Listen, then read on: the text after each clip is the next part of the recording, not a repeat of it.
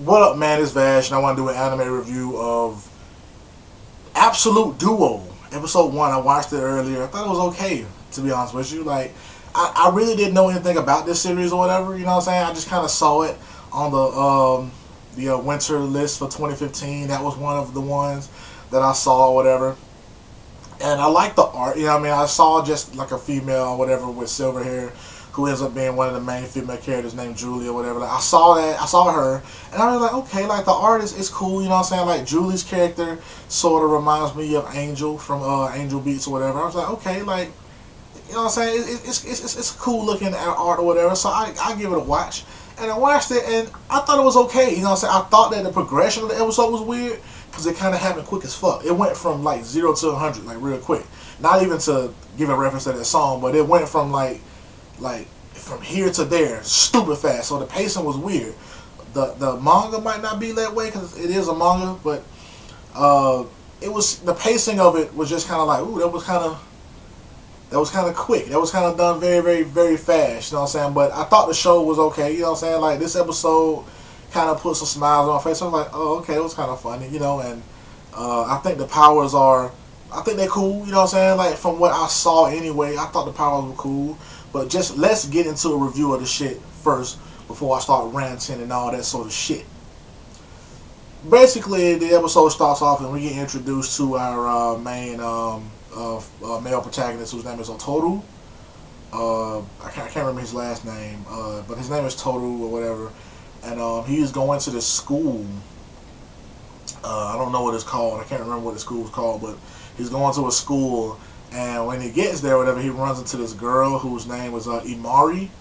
And I was thinking to myself, really, that she was going to be like a super main character or whatever, but he runs into her or whatever, and they introduce themselves to each other, and they go to school together. They're like, hey, we can just be friends, because nobody from my middle school went to this school. And I'm just like, fuck, man, I wish life was like that, where you could just walk up to, you know, a person, just like, hey, let's be cool with each other. And they're like, yeah, that's fine. But it don't work that way. But whatever.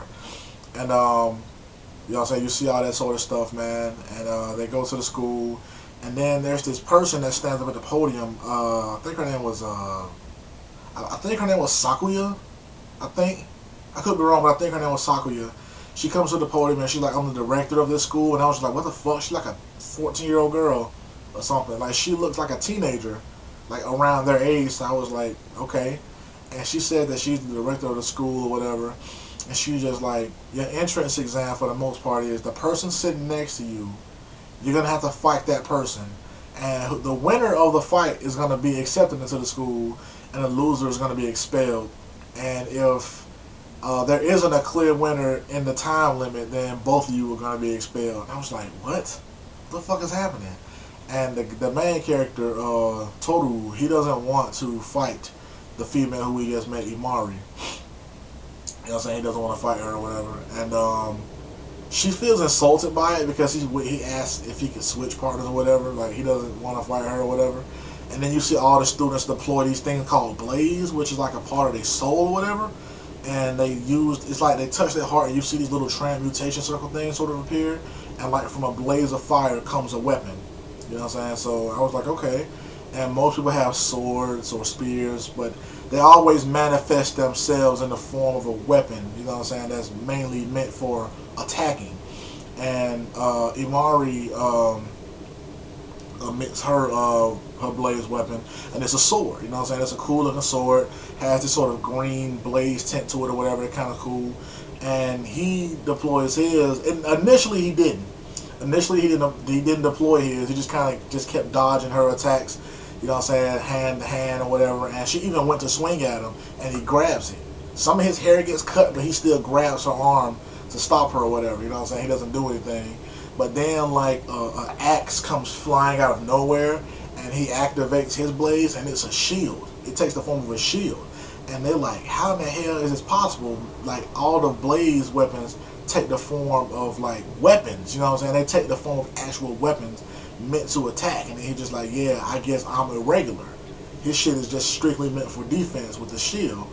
And then, you know, she goes to attack him still, you know what I'm saying, he's blocking with his shield. But then he does some technique where he gathers like some sort of energy in his fist, and he punches her. She just goes flying back. You know what I'm saying? She loses. You know what I'm saying? She loses the fight or whatever.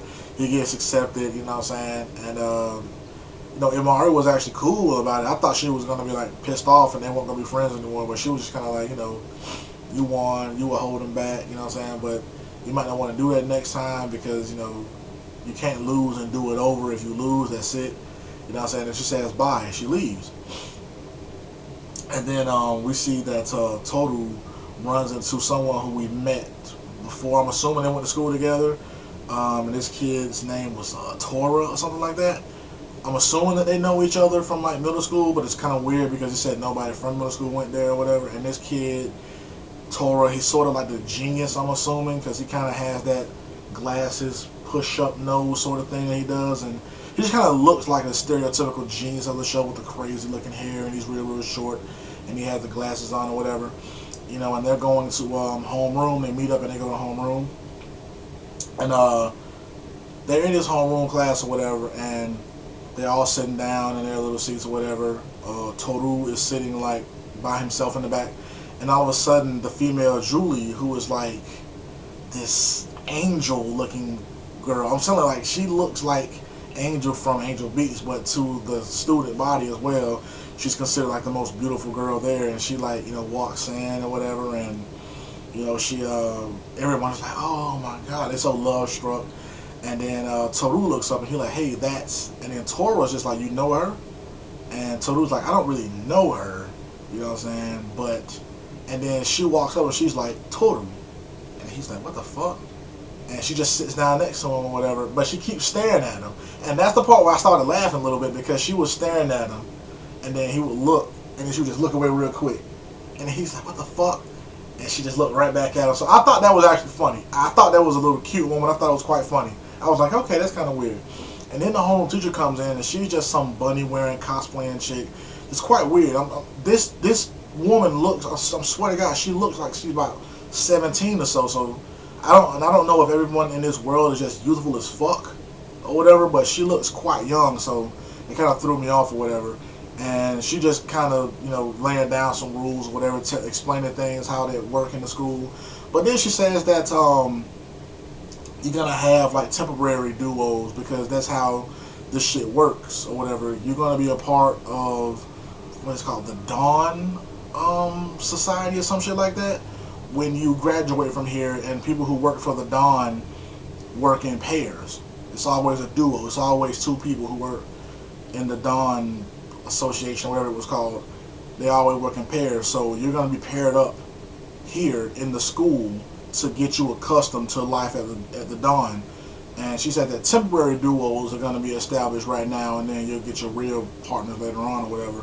And she's like, just like this morning, your partner is the one who's sitting next to you. And being partnered up with someone entails that you're going to have to live with them.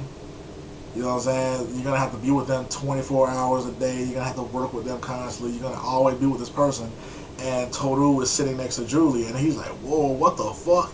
And he's like, hey, you got to really change this shit. And the teacher's just like, no, you got this girl, the beauty of the school or whatever, trying not to do any sort of hanky-panky sort of stuff at night. And I'm just like, what the fuck is happening? Like, what the fuck is going on?